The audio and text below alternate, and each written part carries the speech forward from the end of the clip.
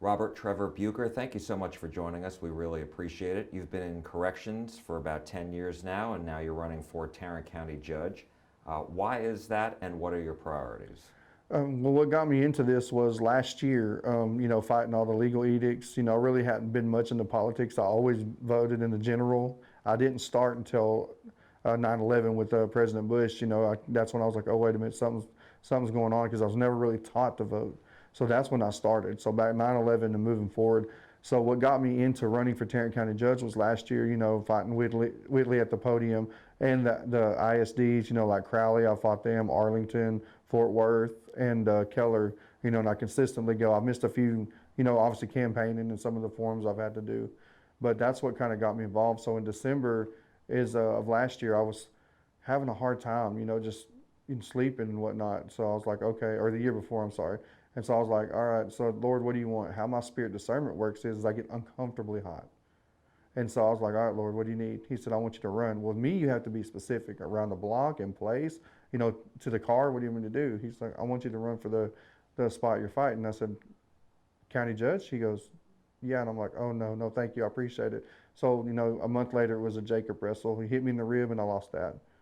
And so my priorities is our elections. Our elections need to be brought back. Or we have an integrity issue.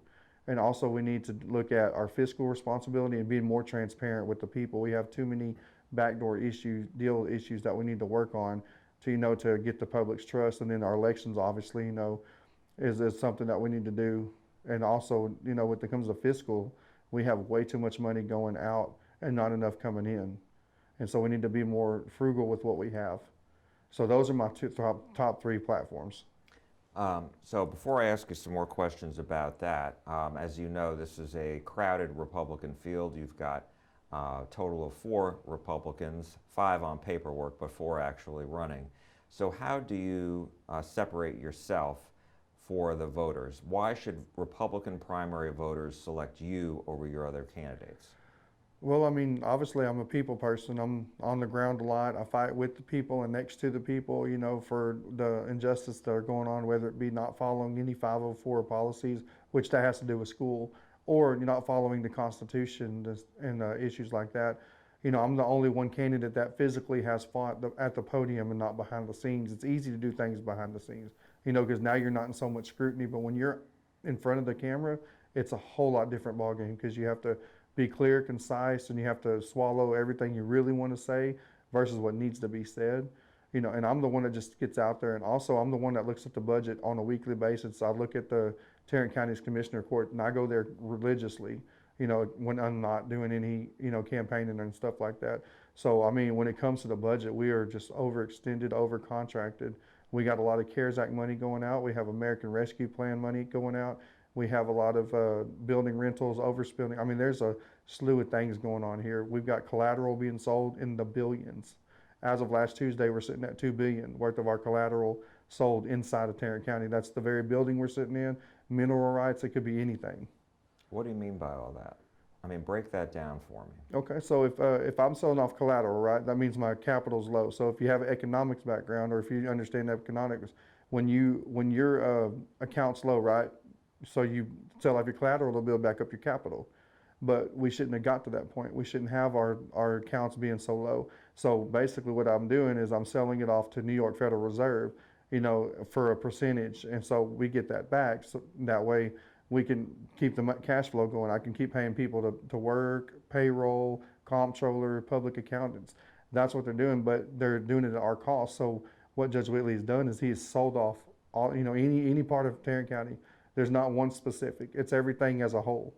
So it's like a generalized fund of how much is Tarrant County worth? Well, it could be worth 400 and so billion, but now we've already sold off 2 billion, if that makes any sense. So let me ask you, you talked about some of your priorities before. Mm-hmm. What are the top 2 issues in your mind facing Tarrant County, and how would you go about addressing them? Right. So elections, we'll start with that one. Elections is we really have to get rid of the machines. I mean, nobody has faith in our elections right now, which is why we have such a low number right now of voters. Either that, or they're holding off till March the 1st because they don't trust the early voting, because that's where we're having a lot of our issues. Early voting, mail-in ballots, absentee ballots. That's where we're having big problems with cheating because they're either not getting there on time, or they're just not at all. They're just coming up missing. Is that a problem with cheating? Yes, that's what that they've been talking about, is that's where we're missing it. So when we're canvassing, like when we have some organization that canvass, they'll go to an address, no buildings there, nothing, it's just a plot. And somebody had voted what we call phantom voters. And that's where we're having the issue. So like if I mail in, a ballot, I can put anybody's name on there and put a certain street number on there, and it might be it might be a lot. And so guess what? Nobody lives there. So what happens is that person just got over on the whole elections, and we've been finding a whole lot of that. And talk to me a little bit. You said there's a lot of money going out, spending, property taxes. Talk to me about what your plan is for that. For property taxes, JPS is one of our monsters that we have with that. I think we need to freeze the rate right now. If we can lower it, we'll do that. I mean, I want to do that, but it's going to take me and 4 other votes to do that. I think right now we need to take a break because we're going to have to eventually pay back this CARES Act money on top of all the property taxes. So to figure out doing that without raising property taxes is important. And so we need to look at freezing JPS. Now, the Tarrant County Appraisal District's another issue we're having. I'm not very frivolous on property taxes, but I want to get a team together that can help guide me through that the right way without, making the people pay. So, you got to look at how many people are on that board, right? How long have they been there? If they've been there over 10 years, 5 years, why do they keep raising the taxes or the Tarrant County appraisals? Why are they doing that? It doesn't make any sense because they should know what situation we're in, because they see the day ins and day outs. So my plan is to go in there and see how far we can clean up, and can we cut property taxes, legally without having the state come down and say, hey, now you're taking part of our money. Because once you start cutting property taxes, the state's going to look at you like, what are you doing? Why are you're taking money from us? And Austin's not going to take too kindly to that. Well, I mean, the county can cut its property tax rate. Right. The question is whether there's enough revenue left over to do it, Yes. to accomplish the goals. Are you talking about, you mentioned JPS before. So as far as and you mentioned CARES Act money. What do you mean you're going to have to pay it back?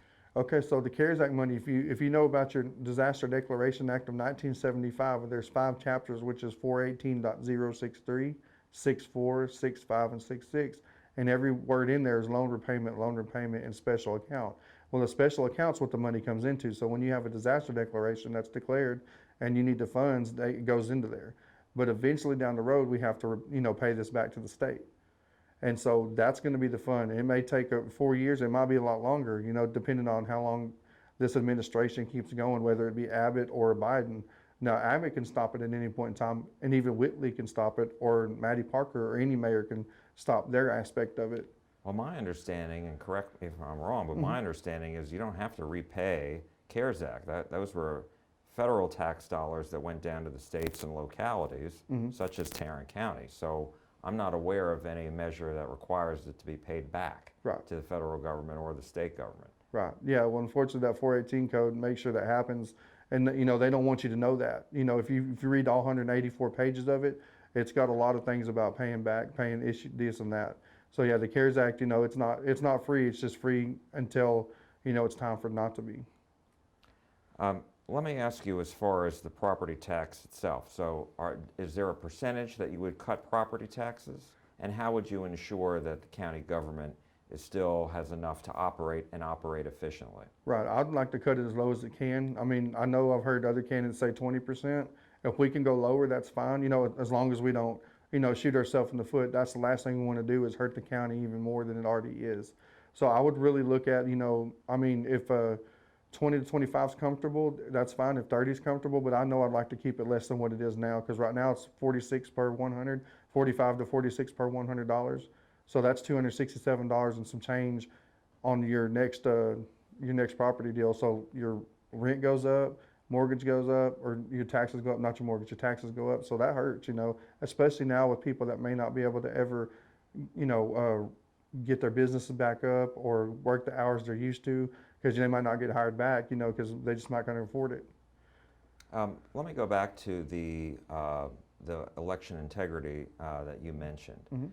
What are you proposing with regards to that? Because the state as you know, just passed a law last year. There was a lot of pushback by Democrats on that, but it's law. And so I'm wondering, what more would you do and can you do in the county? I'd go back to paper ballots. That's something that we can do because Montgomery County just did that recently. Just get rid of the machines. We're going to have to go back to hand counting because we didn't have any issues until we brought the machines in. And there's not a lot of public faith right now in our elections. There's a bunch. I've talked to a whole bunch of people on both sides, and they don't feel like it's secure. And a lot of them are like, we wouldn't be opposed to getting rid of the machines, buying out the contract and getting rid of it. And honestly, our election administrator, they don't have no faith in him because of his background. So, I'm looking at, replacing him. Unfortunately, I don't want anybody to lose their job. But, when you look at his background and everywhere he's been and what's going on now, I think we need to start, restoring the faith in there. I wanted to ask you, because as you know, this is a partisan office, but it's also local. Is there a balance that has to be struck between partisan politics and just the fact that it's still a local government? Yeah, you have to. There has to be a give and take. You ain't just have to give the whole thing away, right?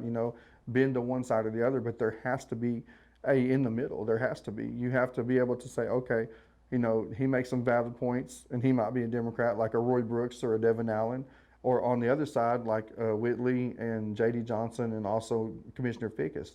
You have to find that balance to make this work, because if you fight for 2 years, nothing gets done. Everybody pays the price except for you because you get your pay still. So we have to find a balance on policies, good and bad, what benefits the people, but we have to find that middle ground as much as we can. But there can't be a whole bunch of, well, just because you're a Democrat, no to everything. Just because you're Republican, no to everything, or independent or libertarian, if there's one in there. We have to find a balance in all policies. And my last question to you is, just going back to the primary itself, does it make it harder for you knowing that you're going up against Fort Worth's longest serving mayor and Tarrant County's former GOP chair? Yeah, it's a battle. I'm just, best thing I can do is stay above the mud that's being thrown, and just really, keep reaching out to the people and showing them, hey, look, I'm very open, transparent. What you see is what you get. There's no flip flop. I'm not going to do this or that. I haven't been a politician, and I don't, want to start now. Like me, I'm here to serve the people, no more, no less. What the job tells me to do, that's what I'm going to do. No, I'm not going outside those boundaries. I'm not going to color outside those lines, because that's when you start running into the issues that we have now. And that's what sets me apart from them. So really, I'm just kind of rising above in the mud, staying in the community, shaking hands, getting to know who's who and what's what, and kind of getting to know, like I mentioned before, the guy that runs the No Hemp Hill Savende. I've gotten to talk to him a few times and fought next to him just one time. But I want to get to know more about what I can do, to help out the communities, whether I win, lose, or draw. And if I do win, I'm putting myself on term limits because I'm a big fan of that. If I can get stuff done in 3 terms, awesome. If I can't, then that's what it is. But whether I win, lose, or draw, I will stay active inside the community. That's what's going to set me apart. Robert Trevor Buker, thank you so much. We appreciate it. Thank you. I appreciate it. All right. Thank you. Yes, sir.